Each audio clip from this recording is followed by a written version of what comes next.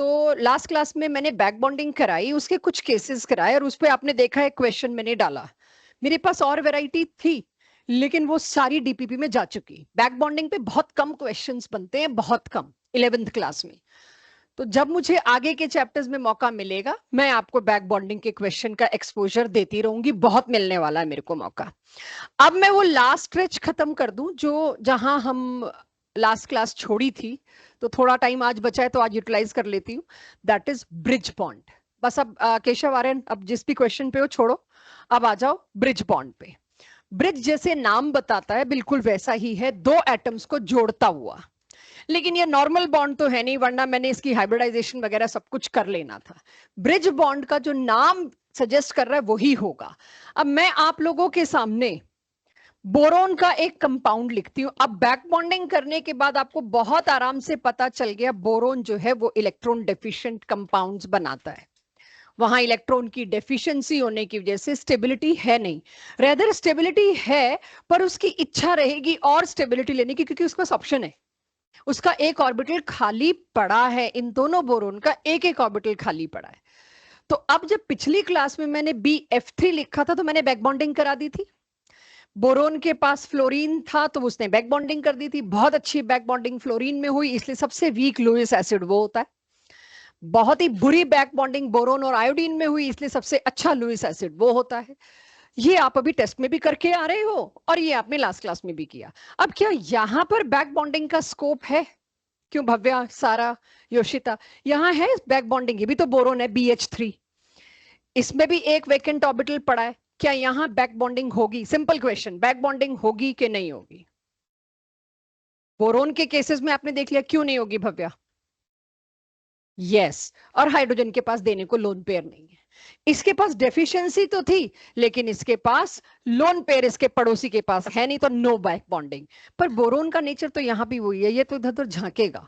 मेरे को और स्टेबिलिटी चाहिए, मैं काफी कम स्टेबल हूं। क्यों कम स्टेबल हूं? एक p ऑर्बिटल खाली लेके घूम रहा हूं, हर चीज आके रिएक्ट करने को तैयार हो पड़ी है। जो चीज एटमॉस्फेयर में आसपास, कोई गैस, कोई एसिड, कोई बेस आएगा, सबसे पहले इसके खाली ऑर्बिटल को देख के लपक पड़ेगा, इससे रिएक्ट करेगा, मतलब ये स्टेबल नहीं है। तो इसने क्या किया, अपने ही जैसे BH3 से उधार मांगने की कोशिश करी। Can we join? राइट। कुछ लोगों ने आज मेरे से डाउट सेशन में पूछा ऑड इलेक्ट्रॉन वालों का क्या? भाई ऑड इलेक्ट्रॉन वालों के बारे में MOT तक आते थे अपने कुछ नहीं बताया, तो मैंने कहा अभी मैंने उसे हवा में लटका रखा है, उसका फ्यूचर भी डिसाइड होगा, किसी सही दिन डिसाइड होगा ऑड इलेक्ट्रॉन वालों का क्या होता है। तो उसके फ्यूचर पे है, पहले BH3 का क्या होगा, ये तो बहुत अनस्टेबल है। एक BH3 ने अपने ही पड़ोसी BH3 को कहा कि कुछ हो सकता है क्या? तो दोनों ने कहा भाई मैं भी परेशान हूं, मैं भी परेशान हूं, सारा BH3 परेशान है, हजारों मॉलिक्यूल। ये क्या करते हैं आपस में, एक हाइड्रोजन ये कहता है थोड़ी देर के लिए मेरे को दे दो, कहता है अच्छा क्यों दे दूं, 4 बॉन्ड बनाने हैं मैंने, कि मेरा क्या होगा, मेरे को भी दे दो।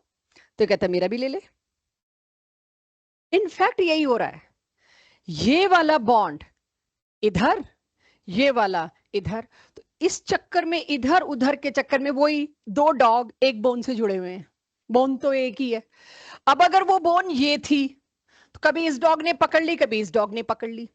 सेम एक ये बोन थी, कभी इसने पकड़ ली, इसने पकड़ ली। और ये मेरे को कोई सपना नहीं आया कि मैं कहानी सुनाऊं, BH3 मिला ही नहीं नेचर में, B2H6 मिला। जब मैंने बोरोन ट्राई हाइड्राइड की एक्सरे से नापने की कोशिश करी bond length, I never find BH3 अकेला, I find BH3 in dimerisation with दूसरा BH3। डाइमर का मतलब कहते हैं 2 यूनिट का एक साथ जुड़ जाना।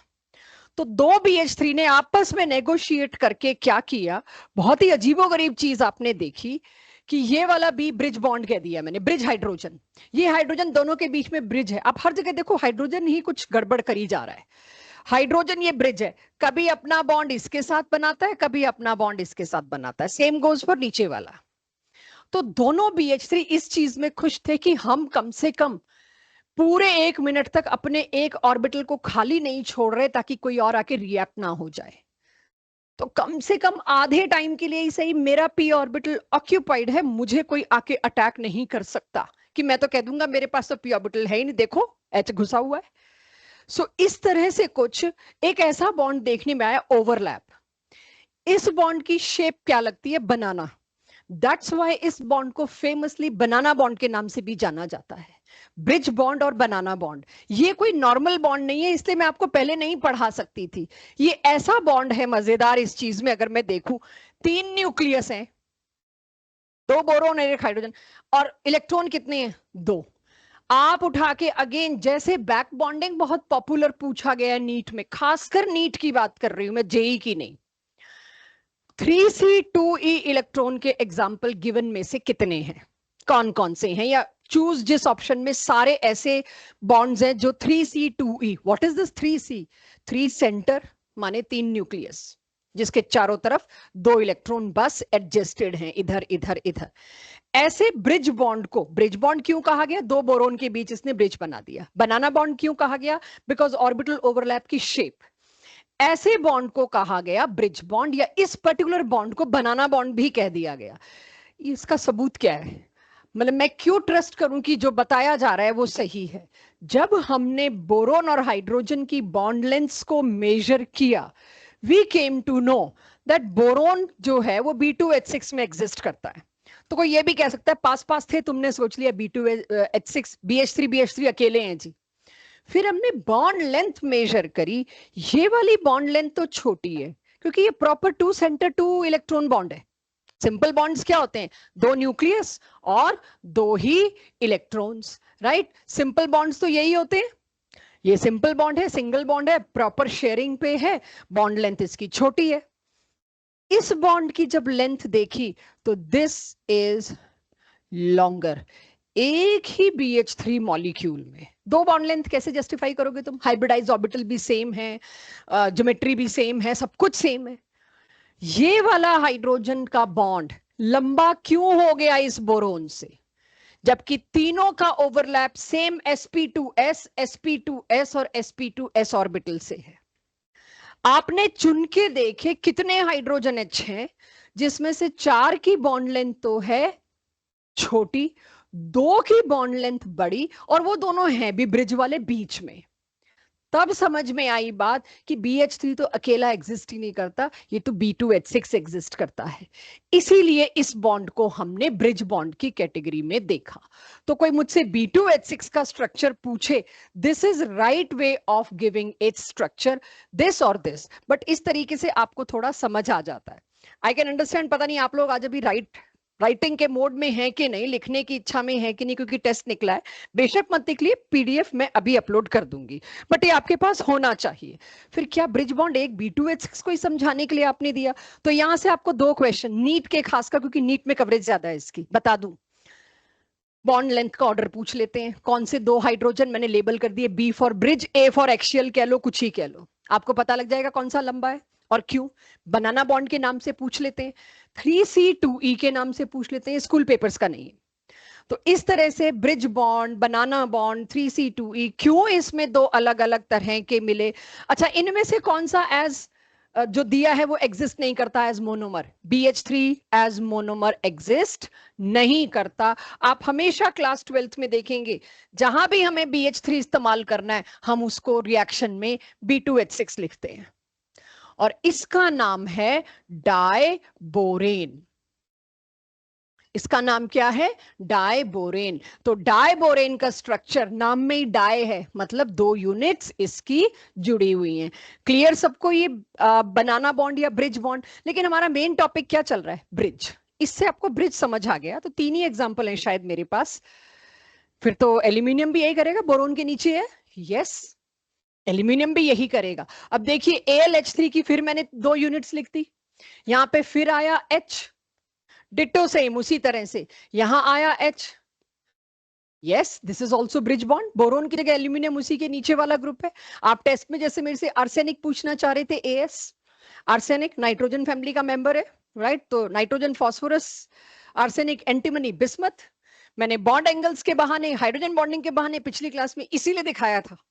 आपने देखा होगा बॉन्ड एंगल का भी क्वेश्चन था आज, H2O वाला।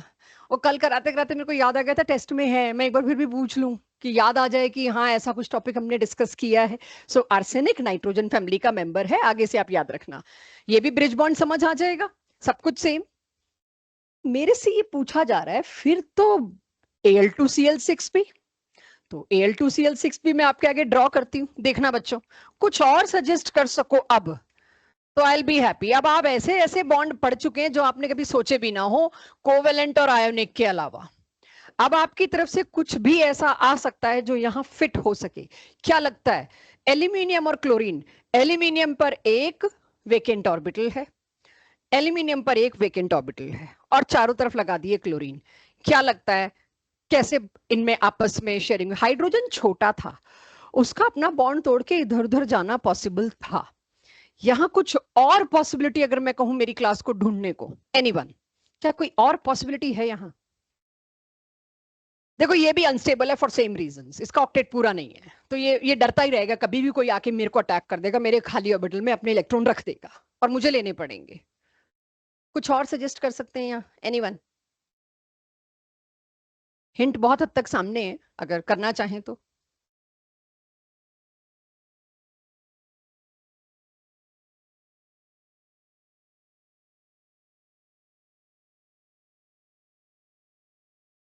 हाँ, एल्यूमिनियम क्या?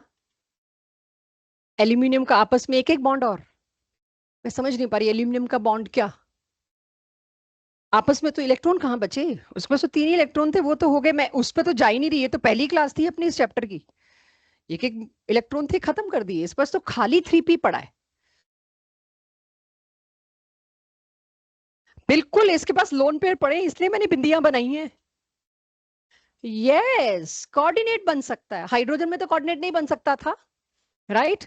तो यहां पे इसको कुछ इसके बॉन्ड को छेड़ने की जरूरत नहीं पड़ी कि मेरे को नहीं चाहिए तुम्हारा सिग्मा बॉन्ड, आसान नहीं है। हाइड्रोजन फिर भी आपको पता है हैप्पी टू लीव, चल पड़ता है ये लेके या देके। यहां पर क्यों ना एक कोऑर्डिनेट बॉन्ड बन जाए? तुम्हारा मतलब तो स्टेबिलिटी से है, यस, कोऑर्डिनेट बन गया। हाँ जी, बैक बॉन्डिंग सजेस्ट करो कैसे होगी? एल्यूमिनियम के 3p में मैं क्लोरीन का लोन पेयर डालूं तो ये भी एक अच्छा क्वेश्चन है जो लास्ट क्लास में आपको पूछने का मौका नहीं मिला। बैक बॉन्डिंग का आपको पता है एक्सटेंट घटता जाता है 3p 4p 5p।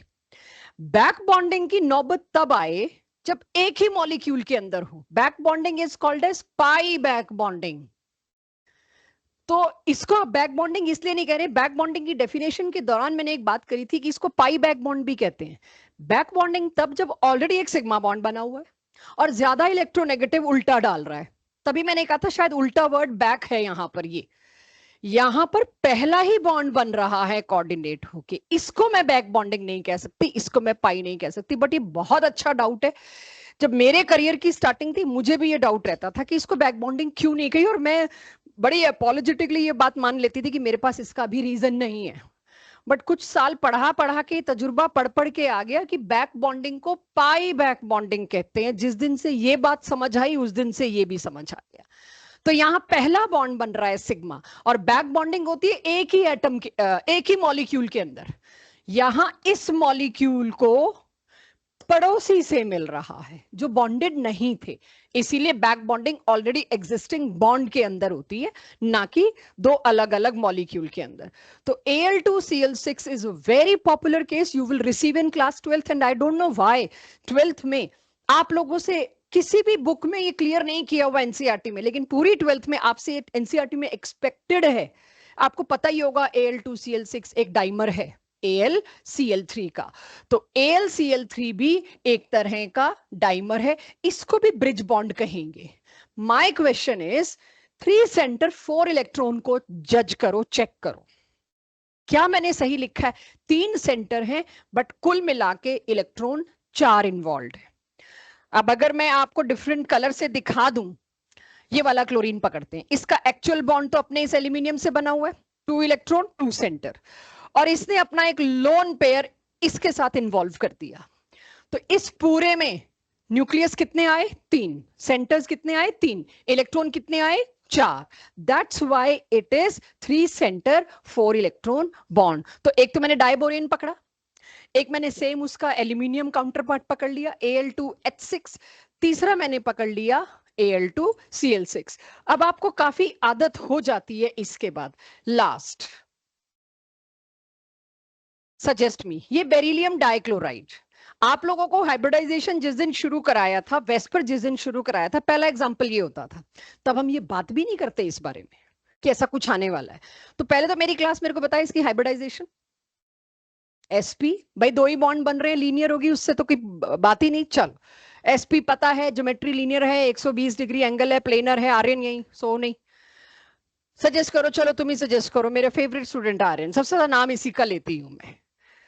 मुझे ये बताओ बेरिलियम, इनका ऑक्टेट पूरा नहीं है, डुप्लेट है। क्या सजेस्ट करते हो अपनी अपनी स्टेबिलिटी के लिए अपने ही जैसे मॉलिक्यूल से क्या बोरो कर सकता है? परीक्षित क्या सजेस्ट करते हो? शगुन? दो कोऑर्डिनेट बन सकते हैं, इस क्लोरीन से नहीं, इस क्लोरीन से इसको बन ही रहे हैं, चेक करना। अब ऐसे ही इधर कर दूं, मुझे इस बेरिलियम का बताओ ऑक्टेट पूरा हुआ कि नहीं, चेक करो। 1 2 3 4 5 6 7 8, ये डॉट डॉट का क्या मतलब है? चले गए चले गए। इसको मैं डाइमर तो नहीं कह सकती, मैनी मोनोमेरिक यूनिट्स, इसको बोलते हैं पॉलीमर। बहुत सारी यूनिट एक के साथ एक के साथ एक के साथ BeCl2 की ऐसे लगी हुई है। किस तरह से बेरिलियम ने अपने ऑक्टेट को पूरा करने के लिए अपने ही जैसे से ब्रिज बना बना के क्या काम किया। तो इंटरमोलिकुलर फोर्सेस की बात हम कर रहे हैं, इसको किसी चैप्टर के अंदर यूं नहीं डाल सकते, कम से कम 8 से 10 लेसन्स में इसकी बात आने वाली है, नाउ ऑनवर्ड्स तो बहुत आएगी। So we should not label it with some chapter, it is very important concept कि कोई चीज सॉलिड है, लिक्विड है, गैस है, किसी का बॉइलिंग पॉइंट ज्यादा है, किसी का बॉइलिंग पॉइंट कम है, इस तरह की चीज, कोई किसमें सॉल्युबल है, किसमें सॉल्युबल नहीं है, इस तरह की फिजिकल प्रॉपर्टीज डिसाइड करने का काम किसका होता है? दो मॉलिक्यूल्स के बीच लगने वाले forces, that is van der Waals forces का। तो ऐसे फोर्सेस जिसमें इलेक्ट्रॉन का लेना देना नहीं होता, ट्रू बॉन्ड्स नहीं होते, इलेक्ट्रॉन डॉट्स इन्वॉल्व नहीं होते, उन फोर्सेस को पहले तो बोला गया भाई इंटरमॉलिकुलर फोर्सेस। इसके ऊपर काम किया साइंटिस्ट वैन डर वाल्स ने, इसलिए इनका नाम रख दिया गया van der Waals forces. Whenever somebody से वैन डर वाल्स फोर्सेस, समझ जाना ये ट्रू बॉन्ड्स नहीं है, ये दो मॉलिक्यूल्स के बीच लगने वाले हल्के फुल्के फोर्सेस हैं, राइट? तो अब उसमें इंटरमॉलिकुलर फोर्सेस को डिनोट ऐसे कर दिया मैंने, दो मॉलिक्यूल्स के बीच लगने वाले वो फोर्सेस जिनको हम अपने घर की किचन में इजीली तोड़ सकते हैं। किसी चीज को आप बॉयल कर सकते हैं, किसी चीज को आप फ्रीज कर सकते हैं, किसी चीज को आप सॉल्युबल कर सकते हैं। तो उसका मतलब क्या है? ये तो फिजिकल फोर्सेस हैं। फिजिकल फोर्सेस मतलब आप खुद हैंडल कर सकते हो, आइस को आप अपने दांतों से क्रश कर सकते हो, राइट? और वो फोर्सेस, इसका मतलब हाइड्रोजन बॉन्डिंग वाले हैं, आप उसको क्रश कर सकते हो, तो इजीली डील कर सकते हो। They are not true bonds. ये अर्पिता, अब आप अगर देखें प्रॉपर्टीज की बात मैं समझाने लग रही हूं, तो मैं आपसे पूछ लूं, कभी आपने क्लास में, जहां फोन अलाउड नहीं होता, वहां स्कूल में क्लास में ये काम किया है कि आप कोई बॉक्स या स्केल तेल लगे बालों पे रगड़ते हो और छोटे छोटे कागज के टुकड़े होते हैं और वो करते हो, तो वो कागज के टुकड़े उस पर चिपकते हैं और मैजिक जादू है, राइट? वो क्या होता है? फ्रिक्शनल इलेक्ट्रिसिटी आप प्रोड्यूस करते हो और उससे कागज चिपकता है। Something to do with surface. जो भी आपने किया रगड़ के सरफेस पे किया। अगर मैं आपको कहूं वो कोई कोई मैजिक तो था नहीं, वो कोई आप इलेक्ट्रिसिटी तो प्रोड्यूस नहीं कर रहे थे, जितना चौड़ा सरफेस उतने ज्यादा पेपर के टुकड़े चिपक जाएंगे। एक्ट ऑन सरफेस का मतलब ये है कि अंदर उसका उस बॉक्स या स्केल से कोई लेना देना नहीं है, वो आपने रगड़ के सरफेस पर एक फ्रिक्शनल इलेक्ट्रिसिटी प्रोड्यूस करी और वो कागज या पेपर उससे चिपक गया। सरफेस पे कोई भी चीज होती है तो वो इतनी वीक होती है, आप अपने हाथ से उसको हटा सकते हो, right? It's very weak. Van der Waals forces surface पे ही लगते हैं, यानी एक मॉलिक्यूल का साइज है इतना और एक मॉलिक्यूल का साइज है इतना। किस मॉलिक्यूल में वैन डर वाल्स फोर्सेस ज्यादा होंगे? बड़े वाले में। सर अब सबसे पहली चीज जो मेरे आज के सवाल आएंगे उसमें ध्यान रखना, फोर्स कोई भी हो, वैन डर वाल्स फोर्स है अगर, बड़े मॉलिक्यूल पे ज्यादा लगेगा। तो यानी कि बॉइलिंग पॉइंट, मेल्टिंग पॉइंट बड़े मॉलिक्यूल्स का हमेशा ज्यादा होता है, राइट? आप देखो नाइट्रोजन गैस है, उसी के नीचे कौन सा मेंबर आता है? N2। Nitrogen exist as N2। वो क्या है? गैस। देख ही रहे हो 78% 79% पड़ी है एटमॉस्फेयर में। फॉस्फोरस उसी के नीचे आता है, वो सॉलिड। क्लास 12th का पहला सवाल है पी ब्लॉक में। और उसके नीचे बस वो वेंडोवॉल फोर्सेस करके हिंट लिख दिया, आप कराए 11th में। फॉस्फोरस का साइज इतना बड़ा हो गया कि उसके मॉलिक्यूल्स के बीच में वेंडोवॉल फोर्सेस 4 टाइम्स हो गए। 4 टाइम्स होते ही वो गैस की जगह क्या बन गया? सॉलिड। तो आप ये देखिए, physical state, boiling point, melting point बहुत हद तक, टोटली नहीं, बहुत हद तक सरफेस डिसाइड करेगा। आज के बाद आपका नजरिया बदलेगा। बॉइलिंग पॉइंट, मेल्टिंग पॉइंट में सरफेस एरिया कंट्रीब्यूट करता है। वरना तो आज तक भी, और अभी देखना आज भी कोई ना कोई ये गलती कर देगा। हाइड्रोजन और ऑक्सीजन का बॉन्ड इतना वीक है पोलर होने की वजह से, तो जल्दी बॉयल हो जाना चाहिए। अरे भाई, बॉन्ड कौन तोड़ रहा है बॉइलिंग में? कभी भी बॉन्ड और बॉइलिंग को एक साथ मत लाना। कोई अगर बॉन्ड हम तोड़ सकते होते तो भाभा एटॉमिक रिसर्च सेंटर की जरूरत नहीं होती, यही मैंने एक कमरे में खोल रखा होता। बॉन्ड तोड़ने और जोड़ने इतने आसान होते तो। सो बॉइलिंग, मेल्टिंग, सॉल्युबिलिटी जो आप अपनी आंखों से देख सकते हैं, आप अपने घर में रोज कर रहे हैं, वो सिर्फ और सिर्फ सरफेस पे होने वाली चीजें जिसको आप हाथ लगा पाए। अंदर के इलेक्ट्रॉन्स को आप नहीं छेड़ सकते। ये बहुत बड़ी क्लियरेंस आपको आज लेनी है। 12th में कोई चैप्टर ऐसा नहीं होगा जिसमें एक ये टॉपिक ना आए। Melting point, boiling point and solubilities as done in class 11th। हम आगे बढ़ेंगे। अब उसमें सबसे पहली प्रॉपर्टी तो क्या है? वेन डर वाल्स फोर्सेस। गलती से भी inner core, valence shell, electrons bond पे नहीं, सिर्फ सरफेस देखना है, जो बड़ा उसमें ज्यादा, बस सिंपलेस्ट थिंग। सेकेंड प्रॉपर्टी मैंने क्या लिखी है? ये फोर्सेस एक ही बात डिसाइड करने वाले हैं, वो है physical properties, melting point, boiling point और ज्यादा से ज्यादा सॉल्युबिलिटी। चौथी कोई प्रॉपर्टी लाए तो फिर मैंने टांगे ही तोड़नी है। चौथी कोई चीज इसके साथ तुमने रिलेट की तो गए, कोई बॉन्ड एंगल ले आए, कोई हाइब्रिडाइजेशन ले आए, कोई शेप ले आए, बिल्कुल नहीं। सिर्फ फिजिकल प्रॉपर्टीज गिनी चुनी 3 ये डिसाइड करते हैं। तो अब अगर मैं इस पे आगे आऊं, इसकी 4 कैटेगरीज हैं, 4 टाइप्स हैं। किसी ने नोट करना है वेन डर वाल्स फोर्सेस? तो नोट कर लीजिए, एक एक समझते जाइए और लिखते जाइए। पहले सबसे फर्स्ट वन, छोड़ दो पेन, छोड़ दो, इकट्ठा लिखेंगे, मैं भी आराम से बैठूंगी उस टाइम। छोड़ दो, ये बहुत ही इजी और समझने वाला पार्ट है। सबसे पहला है डिस्पर्शन फोर्सेस। डिस्पर्शन फोर्सेस को एक और नाम से जाना जाता है, बहुत कम मिलेगा लेकिन कहीं भी मिल सकता है, लंदन फोर्सेस, राइट? या डिस्पर्शन फोर्सेस या London forces, the weakest possible force available on earth is this. जब भी कोई दो मॉलिक्यूल्स कहीं, अब आपको असली ढूंढना ये होगा इस टॉपिक का रोल क्या है कि किसमें कौन सा। अच्छा, चौथे वाला हम कर चुके हैं पिछली क्लास में, हमने पिछले से पिछले लेक्चर में इसको प्रॉपर्ली क्लोज कर लिया, तो यानी मेरे को पढ़ने तो 3 ही है। तो ये 4 कैटेगरीज हैं, अभी नोट मत करिएगा, एक एक कैटेगरी शुरू करते हैं, यहां से हम नोट करेंगे। सबसे पहली कैटेगरी मैंने क्या लिखी? Dispersion forces. 4 कैटेगरीज दिख गई थी, अब वही 4 करके मेरे को क्लोज करना है। डिस्पर्शन फोर्सेस या लंदन फोर्सेस सबसे वीक फोर्स हैं। पूरा समझने के बाद नोट करना, बिकॉज मैं नहीं चाहती आप इसका कुछ सुनना मिस करें। ये सिर्फ उन मॉलिक्यूल्स के बीच में, ये लगभग सभी मॉलिक्यूल्स के बीच में होता है, लेकिन उनमें पाया जाता है जो मॉलिक्यूल्स नॉन पोलर होते हैं। अब नॉन पोलर का क्या मतलब है? पूरा चैप्टर केमिकल बॉन्डिंग हमने इसी पे निकाला है। जिनमें किसी तरह का कोई partial positive, partial negative charge ना बचे, जिनका डायपोल मोमेंट 0 हो, जिनका म्यू 0 हो। तो अभी ये पिछले से रिलेटेड है, थोड़ी देर बाद आपका नया टॉपिक शुरू होगा, तब आप सबको और कनेक्टेड रहेगा जो भी लास्ट क्लासेस में नहीं थे। H2, 2 हाइड्रोजन के बीच में बॉन्ड बना हुआ है, तो ये तो नॉन पोलर होगा। ये वाले तो केसेस मेरे को सोचने ही नहीं चाहिए, ये तो नॉन पोलर ही है। 2 सिमिलर के बीच में तो इलेक्ट्रोनेगेटिविटी डिफरेंस ही नहीं है। इलेक्ट्रोनेगेटिविटी डिफरेंस नहीं है तो कोई चार्ज नहीं है। CH4 क्यों नॉन पोलर है? कार्बन और हाइड्रोजन के बीच वैसे इलेक्ट्रोनेगेटिविटी डिफरेंस नेग्लिजिबल था, तो यहां पर भी पोलैरिटी नहीं है। YBF3, साइंश, YBF3 is non polar because उसका resultant dipole moment comes out to be 0, symmetrical geometry, trigonal, simple planar geometry. CCl4 भी same reason। अकेला जिनॉन, नियॉन, कोई भी मैं गैस ले आऊं, उनमें भी डायपोल मोमेंट 0 होगा। कार्बन डाइऑक्साइड, क्योंकि ज्योमेट्री लीनियर थी, दोनों इक्वल एंड ऑपोजिट आपने दो दो टेस्ट दे लिए, अब तो सबको पता लग गया कि मैंने ये नॉन पोलर में क्यों रखा।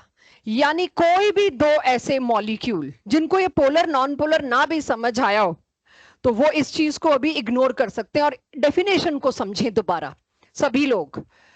अगर मैं कहूं कार्बन डाइऑक्साइड रूम टेम्परेचर पे गैस क्यों है, कार्बन डाइऑक्साइड रूम टेम्परेचर पर गैस क्यों है, आप क्या बताओगे? यही क्वेश्चन आपसे रिसीव करने हैं, आपने रिसीव करने हैं।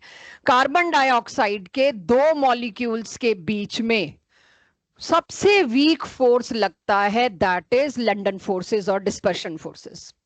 इतना वीक फोर्स है कि room temperature is enough to break the force of attraction, hence making it gas. Carbon के नीचे क्या आता है पीरियोडिक टेबल में? सिलिकॉन। सिलिकॉन का ऑक्साइड बता दो, इसके नीचे same silicon oxide. Carbon dioxide के नीचे कौन आएगा? सिलिकॉन का डाइऑक्साइड उठा लाऊं मैं। कहां सुनते हो आप सिलिकॉन ऑक्साइड? ऐसी कोई चीज है आपके आसपास जिसको आप जला नहीं सकते? तंदूर किसका बनता है?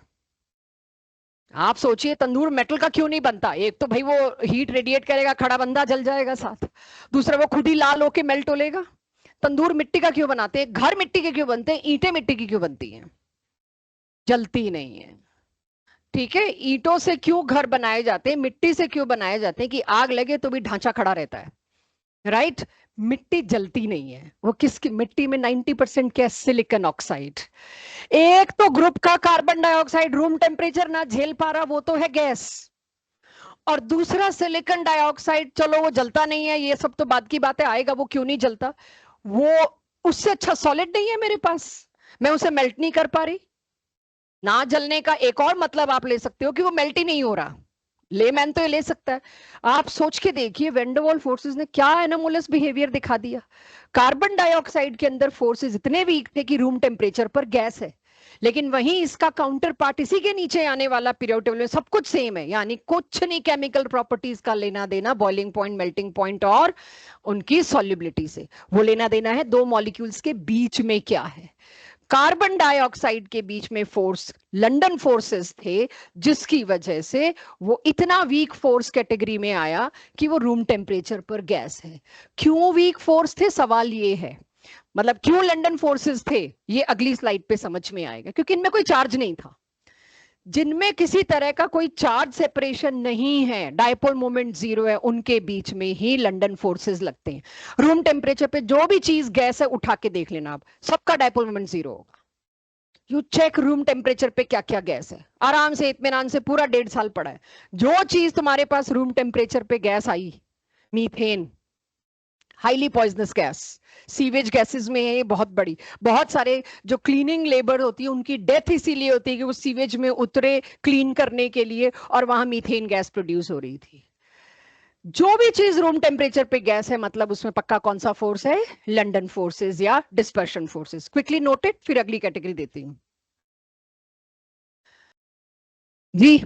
आ गया सबके पास?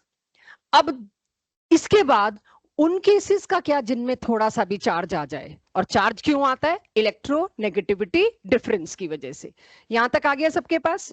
सेकेंड कैटेगरी मेरे पास आती है डायपोल। डायपोल हर वो मॉलिक्यूल जो पोलर है। सबसे आसान एग्जांपल ले रही हूं मैं पोलर का, HCl। HCl रूम टेम्परेचर पे क्या होता है, एनी आइडिया? गैस। ये भी गैस है, क्योंकि ऑल टुगेदर वैन डर वाल फोर्सेस बहुत वीक होते हैं। They are generally very weak forces. सबसे वीक उसमें हमने पढ़ लिया डिस्पर्शन। ठीक है, डायपोल डायपोल के बीच का फोर्स, यानी दो ऐसे मॉलिक्यूल आप सामने ले आओ जिनमें डायपोल है जो कि पोलर है। तो इसमें तो बहुत ही सिंपल केस मैंने दे दिया। क्लोरीन, इस पे क्या चार्ज होगा? Partial negative. हाइड्रोजन पे क्या चार्ज होगा? Partial positive. इसी तरह से इधर सामने चार्जेस है। आप देखेंगे HCl गैस के मॉलिक्यूल अपने आप को ऐसे अरेंज करते हैं कि एक का नेगेटिव दूसरे के पॉजिटिव को फेस करे। ये ऑटोमेटिकली ऐसे अरेंजमेंट होता है। जब आप सोचे भी ना किसी तरह से कि कैसे कैसे रखती होगी HCl गैस के मॉलिक्यूल्स एक कंटेनर में। HCl गैस के मॉलिक्यूल्स को एक कंटेनर में मैं पैक करके देखना चाहूं तो हमेशा उनका अरेंजमेंट ऐसा होगा, एक का प्लस दूसरे के माइनस के साथ, ऑलवेज। जरूरी नहीं है ऐसे, ऐसे भी हो सकता है। यानी एक का पॉजिटिव दूसरे के नेगेटिव को फेस कर रहा हो। नेगेटिव मतलब ज्यादा इलेक्ट्रॉन क्लाउड इसने खींच रखा है, इसलिए इसकी साइड मैंने बलून बड़ा बनाया है, इसकी साइड छोटा बनाया है। पार्शियल नेगेटिव का मतलब है इलेक्ट्रॉन डेंसिटी क्लोरीन पे ज्यादा खिसकी हुई है। तो इस तरह के फोर्सेस को मैं क्या कहती हूं? डायपोल। डायपोल। मुझे बताइए पिछले फोर्सेस स्ट्रॉन्ग की ये वाले फोर्सेस स्ट्रॉन्ग? वाई? बिकॉज इसमें चार्ज आ गए। तो ये ऑर्डर आपको अपने आप पता चलता रहेगा, बहुत ही बचकाना होगा आपके लिए मेरे से पूछना या मैं आपसे पूछूं बताओ जी कौन सा स्ट्रॉन्ग है। ऑब्वियसली डिस्पर्शन फोर्सेस और डायपोल डायपोल के अंदर तो कौन सा फोर्स ज्यादा स्ट्रांग होगा? Dipole dipole. Note it.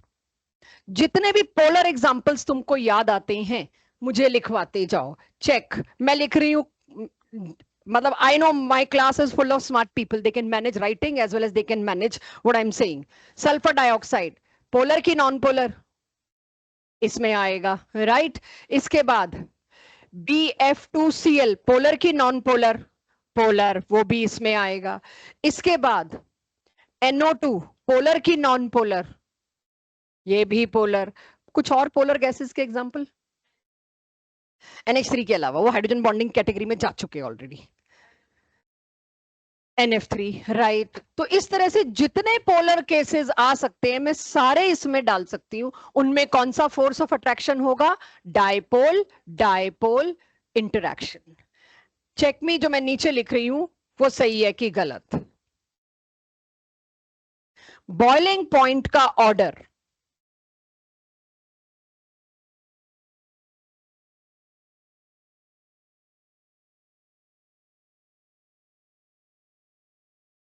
ये है एक्चुअली जेई नीट में पूछे जाने वाले क्वेश्चन। पता नहीं किस चैप्टर के रास्ते डालोगे इसको, क्या बताओगे कहां से आया है। इनको कोई चैप्टर अलॉट नहीं हो पाता अब। मैंने सबसे ज्यादा सल्फर डाइऑक्साइड का बॉइलिंग पॉइंट लिखा है। क्यों चेतन?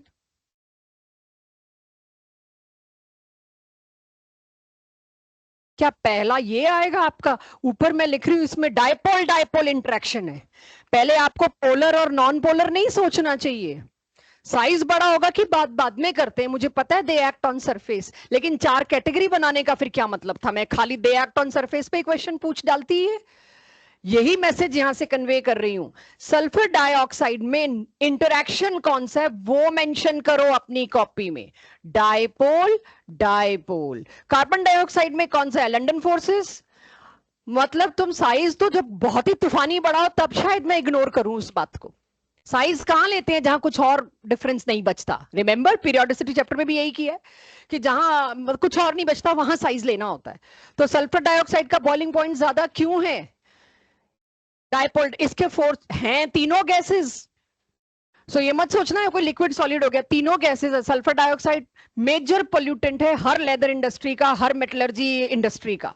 सफेद धुआं क्लियरली दिखता है सल्फर डाइऑक्साइड का।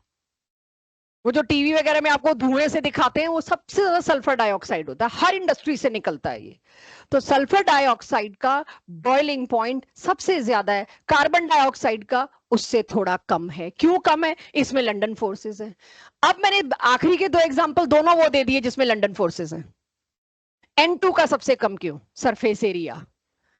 इसमें दो नाइट्रोजन, इसमें दो ऑक्सीजन और एक बड़ा कार्बन, सरफेस एरिया इसका बड़ा हो गया। तो van der Waals forces act on surfaces, yes, when I am talking about similar van der Waals force. When van der Waals forces are different, तब प्लीज सरफेस एरिया को लाएंगे जरूर सोच समझ के। तो इन दोनों में लिखिएगा सरफेस एरिया ने काम किया और इन दोनों में टाइप ऑफ फोर्सेस ने काम किया, तब जाके ये ट्रेंड बना। Note this. कहां आप देखेंगे, राइट आपको खुद याद आएगा कि मैंने ये किधर करवाया था। हो सके तो बता भी देना किधर करवाया था। तीसरी कैटेगरी है आयन डायपोल इंटरैक्शंस। यानी कि मैंने अभी आपके सामने क्या लिखे? दो आयन, एक कैटायन एक एनायन। अगर इस आयन के चारों तरफ कोई डाइपोल आ गया, सबसे अच्छा पोलर मॉलिक्यूल मैं आपसे पूछूं तो सबसे पहले एग्जांपल क्या आना चाहिए? सबसे अच्छा polar molecule? Sorry, hydrogen fluoride HF और NH3। सबसे अच्छा इजीली अवेलेबल सस्ता पड़े मुझे H2O। जब आपसे कहा जाए सबसे अच्छा, क्योंकि सबसे ज्यादा डाइपोल मोमेंट वाटर का है, मैंने बताया आपको। सबसे अच्छे का मतलब कोई तो चीज अच्छी सुन लो, आप लोगों ने हाइड्रोजन फ्लोराइड दिया, आपने अमोनिया दिया ना, तो ये सस्ते हैं और ना ये सबसे ज्यादा डायपोल मोमेंट काहे का अच्छा, तुम्हें याद था तुमने दे दिया। अगर तुमसे कोई अच्छा पूछ रहा तो कोई कोई स्केल पे तो अच्छा उतारो उसको कि चीपली अवेलेबल है जी इसलिए सबसे अच्छा है। दूसरा, इसका डायपोल मोमेंट सबसे ज्यादा इसलिए सबसे अच्छा है, वाटर, राइट। तो वाटर पिक किया मैंने। वाटर के मॉलिक्यूल सोडियम पॉजिटिव को चारों तरफ से आके घेर लेंगे। जब वाटर के मॉलिक्यूल सोडियम को चारों तरफ से जितना घेर सकते हैं घेर लेंगे, अपने कौन से एंड से घेरेंगे, पॉजिटिव एंड से या नेगेटिव? नेगेटिव, क्योंकि ये खुद पॉजिटिव है। तो वाटर में नेगेटिव एंड कौन सा है, ओ। चारों तरफ से वाटर ने क्या काम किया, सोडियम पॉजिटिव को तो तड़पना शुरू हो गया, मेरा positive charge, I am not able to handle it, charge तो नेचर में एग्जिस्ट ही नहीं करता, मेरे को दोबारा क्लोराइड नेगेटिव के पास जाना पड़ेगा and we have to neutralize each other charge.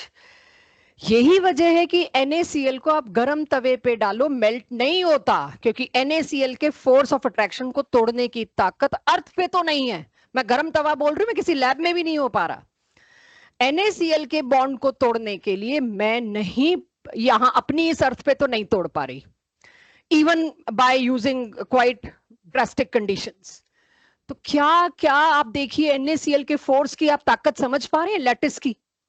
लेकिन वाटर के पास कुदरत ने वाटर को वो ताकत दी है कि तुम NaCl के बॉन्ड को तोड़ सकते हो। ठंडे पानी में नमक डिसॉल्व हो जाता है, लेकिन गर्म तवे पे नमक मेल्ट नहीं हो रहा। तो क्योंकि जैसे ही वाटर आपने डाला, इसका डाई इलेक्ट्रिक कॉन्स्टेंट, एक दिन याद होगा डायपोल मोमेंट में मैंने 81 कुछ लिख के दे दिया था आपको, और अगली क्लास में ममता ने कहा आपने गलत बता दिया, आप इसको करेक्ट करो, 1.8 समथिंग है। तो मैंने उन्हें कहा कि मैं जल्दबाजी में 81 उसका डाई इलेक्ट्रिक कॉन्स्टेंट भूल गई। डायपोल मोमेंट तो वही था जो आप कह रहे थे, मैंने जो लिख डाला था वो इसका डाई इलेक्ट्रिक कांस्टेंट था, आयनिक बॉन्ड को तोड़ने की ताकत। वाटर का डाई इलेक्ट्रिक कांस्टेंट सबसे हाई होता है 81। वाटर आया बीच में कि मैं तोड़ता हूं NaCl को, ठंडा बर्फ का पानी होगा, आप उसमें नमक डालो, नमक टूट जाएगा, डिसॉल्व हो जाएगा। वाटर के पास पार्शियल नेगेटिव वाले जो एंड हैं वो सारे सोडियम को घेर के शांत कर देंगे, रोक देंगे, तेरे चार्ज को हमने कर दिया neutralize. Not unilayer, multi layer water molecule इसके चारों तरफ चिपकेंगे। कोई एक लेयर नहीं है कि भाई सिंगल लेयर, कोई ट्रू बॉन्ड थोड़ी बन रहा है। इतने सारे वाटर मॉलिक्यूल सोडियम पॉजिटिव को घेर लेंगे, उसे पता भी नहीं लगेगा आसपास कोई Cl नेगेटिव है, because of its dielectric constant. Cl negative का क्या हुआ, फिर वाटर आया, वाटर अपने हाइड्रोजन वाले एंड से जाके इसको घेर के इसका पार्शियल पॉजिटिव इसके नेगेटिव को न्यूट्रलाइज करने में लग गया, और वाटर की भी क्लोराइड के चारों तरफ इतनी तगड़ी लेयर बन गई, कर लो क्या करोगे। अब ये दोनों तो चाह के भी वापस नहीं मिल सकते। आपको पानी में से नमक निकालना हो तो पानी को सारा इवेपोरेट करना पड़ेगा, तब नीचे सॉल्ट बचेगा, जो सी वाटर के साथ हम करते हैं। एक बार वाटर में ये NaCl गया, ये दोबारा जुड़ नहीं सकता। See the strength of dielectric constant of water. इसीलिए वाटर यूनिवर्सल सॉल्वेंट कहलाता है कि क्या नहीं कर रहा, ये लाइफ को सपोर्ट इसी वजह से तो कर रहा है। हमारी बॉडी में हमें सोडियम मैग्नीशियम चाहिए, right, they are important nutrients to work for our neurons, kidney, everything. तो NaCl सॉल्युबल ही नहीं होगा हमारी बॉडी में तो कहां जाएगा। तो water is making all the minerals soluble, water के अलावा किसी और में हो भी नहीं सकते।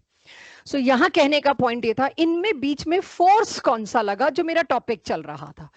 व्हाट फोर्स, आयन को किसने आके घेरा, डायपोल ने। तो इस तरह के फोर्स को अब आप कहोगे आयन डायपोल फोर्सेस। मुझे अब बताओ तीनों में सबसे स्ट्रॉन्ग कौन सा बनेगा, लंदन डायपोल डायपोल कि ion dipole? Why ion dipole? एक चार्ज पूरा कंप्लीट है, कंप्लीट पॉजिटिव कंप्लीट नेगेटिव, उसमें दोनों ही पार्शियल थे, आधे अधूरे थे। अब इसे नोट करिए, कुछ लिखने को छोड़ा नहीं मैंने, मतलब जो भी इस डायग्राम में सारा डाल दिया, लिखिए। हाँ ये लिख लेना, अब तक जो आपने पढ़ा उसमें सबसे स्ट्रॉन्ग ये लिख। So ion dipole is strong than previous two, ये आपके पास पता हो कि ये, और यही सॉल्युबिलिटी की वजह बनता है। कोई आपसे पूछे ना आज के बाद, वो लाइक डिसॉल्व्स लाइक पे बहुत लंबा चिपका लिया हमने, अब आपसे कोई पूछे कोई भी आयनिक स्पीशीज वाटर में क्यों सॉल्युबल है, ये देना, because of ion dipole forces. इसीलिए सॉल्युबल है कि वाटर के अंदर किसी भी आयन का फोर्स इतना स्ट्रांग है कि वो टूटने को रेडी होता है। तो आज जाके मैं इस सवाल का जवाब दे पाई हूं, जो शायद शुरू शुरू के लेक्चर्स में आपसे बात कर लेती थी कि NaCl आप तवे पे नहीं मेल्ट कर सकते लेकिन पानी में डिसॉल्व कर सकते हैं। इसमें कोई स्ट्रेंथ या वीकनेस NaCl की नहीं है, इसमें NaCl की ताकत नहीं है, इसमें किसकी ताकत है? वाटर की, और वो है उसका डाई इलेक्ट्रिक कांस्टेंट। ठीक है, चल सकती हूँ आगे। तो चौथी और आखिरी कैटेगरी तो आप पढ़ ही चुके, लेकिन यहां कैसे फिट करूं उसको वो बता दूं। जिन मॉलिक्यूल्स का डायपोल मोमेंट बहुत ज्यादा था, यानी जो मॉलिक्यूल्स हाईली पोलर थे, इतने ज्यादा पोलर थे, उनका फोर्स ऑफ अट्रैक्शन इतना ज्यादा था कि उनको आयन डायपोल या डायपोल डायपोल में रखना पॉसिबल नहीं था। Check water. वाटर के दो मॉलिक्यूल्स में जब हमने देखने की कोशिश करी, तो अगर आप लोग देखें तो ये भी एक पोलर मॉलिक्यूल है, ये भी एक पोलर मॉलिक्यूल है। What it should be? It should be dipole dipole, ये उस कैटेगरी में होना चाहिए था। लेकिन देखा गया ये फोर्सेस उस डायपोल डायपोल फोर्सेस से बहुत ज्यादा ताकतवर पाए गए, एक्सेप्शनली हाई पाए गए, इवन इससे भी ज्यादा हाई। तो इन तीन मॉलिक्यूल्स के लिए वाटर, अमोनिया और HF के लिए चौथी अलग कैटेगरी क्रिएट करनी पड़ी, बिकॉज इनके forces of attractions were enormously high. इसीलिए इनके लिए एक अलग कैटेगरी लानी पड़ गई, चौथी कैटेगरी, जिसपे मैं पूरा ऑलमोस्ट एक लेक्चर ऑलरेडी लगा चुकी हूं, हाइड्रोजन बॉन्डिंग। कोई मुझसे ऑर्डर पूछे तो ऑर्डर क्या है? सबसे स्ट्रॉन्ग फोर्स कौन सा? Generally hydrogen bonding. उसके बाद कौन सा बच्चों? Ion dipole. उसके बाद कौन सा? Dipole dipole. और लास्ट में कौन सा? Dispersion forces. तो पहले तो ये इन जनरल ये ट्रेंड आपकी कॉपी में हो, अब हम टॉपिक को एंड कर रहे हैं। और लास्ट में एक नोट और लिखिए, dispersion forces, dispersion forces are present between every two molecules,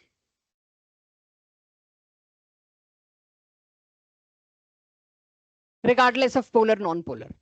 इस बात का मतलब क्या है भाई? वाटर, दो मॉलिक्यूल ऑफ वाटर के बीच कौन से फोर्स है? अगर मैं कहूं, आप कहोगे hydrogen bonding and dispersion forces.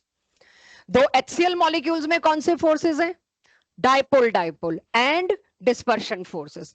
Dispersion forces हर दो मॉलिक्यूल्स के बीच एग्जिस्ट करते हैं, इतने कमजोर हैं ये, हर दो मॉलिक्यूल्स के बीच डिस्पर्शन फोर्सेस होते हैं। मैं घड़ी देख के 1 मिनट दे रही हूं, जिसका हो गया नोट हो गया, नहीं हुआ ना से 2 क्वेश्चन पूछ रही हूँ टॉपिक को क्लोज करने के लिए। अब अगर मैं आपसे पूछती हूं, मैं एक कंटेनर लाई, ध्यान से सुनना और जवाब देना। उसके अंदर मैंने डाला जिनॉन गैस और helium gas. What forces will exist in between? First, अगर मैं जिनॉन और हीलियम को मिक्स करती हूं एक कंटेनर में, तो कौन से फोर्सेस होंगे? Only dispersion forces.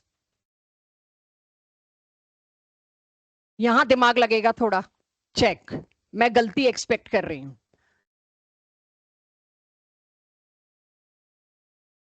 Xenon non polar, HCl polar. मैंने आपको कहा था, अब आप कैटेगरीज खुद क्रिएट करनी शुरू कर दो। अच्छा, ये तो डायपोल है, यहां तो डायपोल नहीं है। डिस्पर्शन तो हर जगह है बच्चों। मैं आपसे पूछ रही हूं, इन दोनों के बीच कौन सा फोर्स लगेगा? मैं ये नहीं कह रही एक बॉटल जिनॉन की रखी है उसमें डिस्पर्शन, एक बॉटल HCl की रखी है उसमें डायपोल डायपोल, नहीं। मैं कह रही हूं जिनॉन और HCl को सामने सामने लाया गया तो कौन सा फोर्स? थोड़ा दिमाग लगाना यार। आप इसमें देखो तो ये क्या है? ये है डायपोल का दूसरा डायपोल। क्यों बोल रहे हो तुम लोग डायपोल डायपोल? क्या बात? मैं पूछ रही हूं HCl क्या है? ये इसमें एक डायपोल बना हुआ है, ये पोलर है। मैं दो HCl के बीच नहीं पूछ रही, जाग जाओ बालको। दो HCl के बीच पूछती तो डायपोल डायपोल। ठीक है, अब मैंने क्या कहा? जब मैं कहती हूं, मैंने सोल्यूशन का मतलब क्या होता है? हेट्रोजीनियस मिक्सचर की होमोजीनियस? Homogeneous mixture. अगर मैं जिनॉन और HCl को एक ही कंटेनर में मिक्स कर रही हूं तो क्या मतलब है? जिनॉन के सामने जिनॉन नहीं, जिनॉन के सामने कौन आएगा? HCl। इस HCl के सामने कौन आएगा? जिनॉन। फिर जिनॉन के सामने कौन आएगा? HCl। ये मतलब होता है सॉल्यूशन का। 5 जिनॉन एक साइड पड़े हैं, 5 HCl एक साइड पड़े, ये थोड़ी होती है सॉल्यूशन। तो इसलिए डायपोल डायपोल वर्ड बोलते वक्त चेक तो करो बोल क्या रहे हो। गलत बोलना लॉजिकल है, बेवकूफी करना लॉजिकल नहीं है। या सोचना है, थोड़ा कुछ क्रिएशन चाहिए मुझे आपसे। एक तो है डायपोल, मैं बना देती हूं, ड्रॉ कर देती हूं, और एक है पूरा नॉन पोलर ज़ेनॉन। डायपोल का मतलब क्या है? इस पे है पार्शियल पॉजिटिव पार्शियल नेगेटिव। ऐसी तो कोई कैटेगरी पढ़ी ही नहीं हमने, क्यों पवित्र? तो कुछ क्रिएट करके बताओ कौन सा फोर्स लगेगा। ये इन्हीं से कुछ आप अपना प्लान करके 5वीं कैटेगरी क्रिएट करा दो। मैंने आपको कहा था आप बनाने को 6 बना सकते हैं, लेकिन 4 में काम चल जाता है। कोई मुझे कुछ सजेस्ट करे कि डिस्पर्शन तो है ही, वो तो मैं पूछ भी नहीं रही, वो 4 ऑप्शन में भी नहीं मिलने का। डिस्पर्शन डायपोल एक नाम लॉजिकल क्रिएट होके तो आया, चाहे वो सही है गलत है, लेकिन किसी ने 2 नाम जोड़ तो दिए कि डिस्पर्शन डायपोल नाम का फोर्स होगा। वेरी ऑब्वियसली ये नहीं होगा, लेकिन एटलीस्ट कोशिश तो हुई है उस डायरेक्शन में। अब आप सोचिए, डायपोल एक ताकतवर चीज होती है, इसके पास चार्ज क्या है? Partial positive. Partial positive charge का मतलब क्या होता है? इलेक्ट्रॉन की कमी, डेफिशिएंसी। ये किस चीज को अट्रैक्ट करता है? ये नेगेटिव को। ये सामने वाले जिनॉन को क्या करेगा? थोड़ा सा पोलराइजेशन फिनोमिना पढ़ा था ना, ये क्या करेगा? थोड़ा सा इसको कहेगा अपना पॉजिटिव हिस्सा मुझे दे दो और तुम नेगेटिव रख लो। यानी ये डायपोल जबरदस्ती जिनॉन में इंड्यूस कर देगा एक टेम्परेरी डायपोल। क्यों? Forces of attraction are favoured in nature.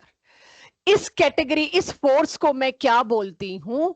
Dipole induced dipole. एक डायपोल ने जबरदस्ती दूसरे के अंदर डायपोल इंड्यूस किया, उसमें था नहीं। तो आप इसको 5th कैटेगरी बनाएं। बुक्स में 4 ही कैटेगरी होती हैं, ये 5वीं इस तरह से क्रिएट की जाती है। तो या इसको आप 5वीं कैटेगरी बनाएं, जो मर्जी आपको लगे। अब आप इसको नोट करिए कि एक पोलर एक नॉन पोलर सामने आ गया तो क्या करूंगी मैं? फिर मेरे को लिखना पड़ेगा डायपोल इंड्यूस डायपोल, और उसमें जिनॉन की शक्ल कैसी हो जाएगी वो दिखाती हूं। थोड़ा सा टेढ़ा हो जाएगा, बहुत थोड़ा सा। यानी यहां, ओहो, हाँ ठीक है, यहां नेगेटिव यहां पॉजिटिव, जबरदस्ती एक डायपोल इंड्यूस कर दिया। बहुत वीक होंगे ये फोर्सेस ऑफ कोर्स, लेकिन एटलीस्ट डिस्पर्शन फोर्सेस से तो स्ट्रांग होंगे। तो इन दोनों के बीच में कौन से फोर्सेस लगे बच्चों? Dipole induce dipole as well as dispersion forces.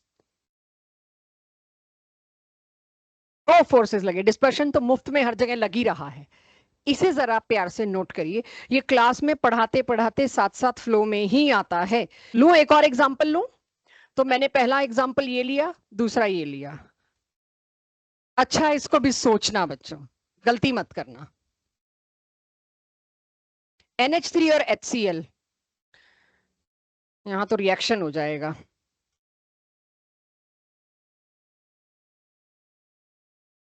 HF और HCl इकट्ठे मिक्स कर दिए,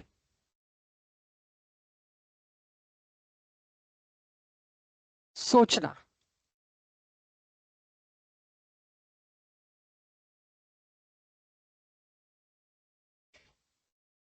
सोच रहे हो? सोचो, जिसको मैं देख रही हूँ वो सोच ही रहा है अभी।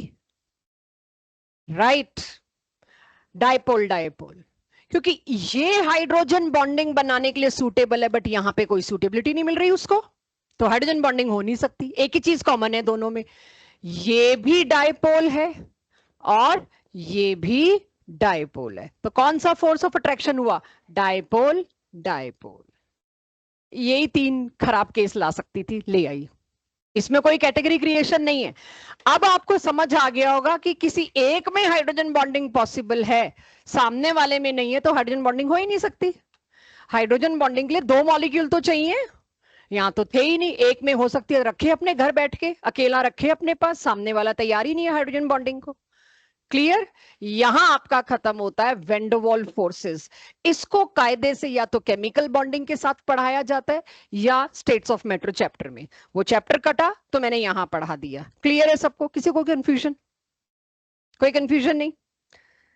एक आखिरी चीज आपको पूरी केमिस्ट्री में कभी भी काम आएगी। अगर कोई चीज गैस है, आइडियली कोई चीज गैस है, तो उसमें एक इक्वेशन हमेशा फॉलो होगी, और ये इस चैप्टर में अगली क्लास से बहुत काम आएगा। इसका इलेबोरेशन तब करूंगी, लेकिन उससे पहले आपको पता होना चाहिए एक कंटेनर में मैं गैस बंद करके ले आई आपके पास, राइट? जैसे परफ्यूम की बोतल में भी क्या है, गैस ही है। उसको लिक्विफाई करके जबरदस्ती रख रखा है, तो मैं उसको गैस यूं नहीं बोल रही हूँ, लिक्विड है अंदर। एक कंटेनर में मैंने गैस को बंद करके रखा हुआ है। उस गैस की वजह से जो प्रेशर लग रहा है वॉल्स पर, जो उसका वॉल्यूम है इनटू वी, वो हमेशा कांस्टेंट रहता है अगर टेम्परेचर कांस्टेंट हो, वरना सिलेंडर फट ना जाए। आप ये सोचिए गैस निकलती क्यों नहीं सिलेंडर की दीवारें तोड़ के? क्योंकि उसका प्रेशर और वॉल्यूम कभी भी दोनों का प्रोडक्ट बदल नहीं सकता। तो वो इक्वेशन क्या है? PV is equals to NRT. ये एक इक्वेशन है जिसपे पूरा चैप्टर था, स्टेट्स ऑफ मैटर। वो काटने की वजह है, आपके फिजिक्स में एक टॉपिक आएगा केटीजी, सुनेंगे आप लोग, पता नहीं 11th में आता है कि 12th में, काइनेटिक थ्योरी ऑफ गैसेस। क्योंकि फिजिक्स में केटीजी के नाम पे पूरा चैप्टर डाला हुआ, इसलिए केमिस्ट्री से चैप्टर काट दिया। क्योंकि ये इक्वल्स टू एनआरटी का मतलब क्या है? Pressure due to gas, volume of gas, चाहे वो कंटेनर में है चाहे रूम में है, एन मतलब नंबर ऑफ मोल्स कितने, टी मतलब टेम्परेचर कितना। आपकी गाड़ी के टायर में भी अगर गैस है ना, वो भी ये फॉलो करती है, PV equals to NRT. Balloon में जो आप गैस भर रहे हैं वो भी ये फॉलो करती है। What is R? It is a gas constant. R की ये तीन वैल्यूज सबकी कॉपी में आ जाएं। जैसे आपने प्लैंक्स कांस्टेंट याद किया, एवोगैड्रो नंबर याद किया, वैसे ही आर है। एसआई यूनिट्स में आर की वैल्यू ये रही 8.314। अगर प्रेशर आप लीटर एटमॉस्फेयर में लाए, वॉल्यूम और प्रेशर, तो आर की वैल्यू कुछ और अगर आप कैलोरीज में बात करोगे तो आर की वैल्यू 1.98 होती है, इसको अप्रोक्सीमेटली 2 करते हैं। सभी लोग इसको नोट करें, इसका यूसेज नेक्स्ट क्लास से शुरू हो जाएगा। इसको अप्रोक्सीमेटली 2 कर लीजिए, बिकॉज होती 1.98 है। करिए फिर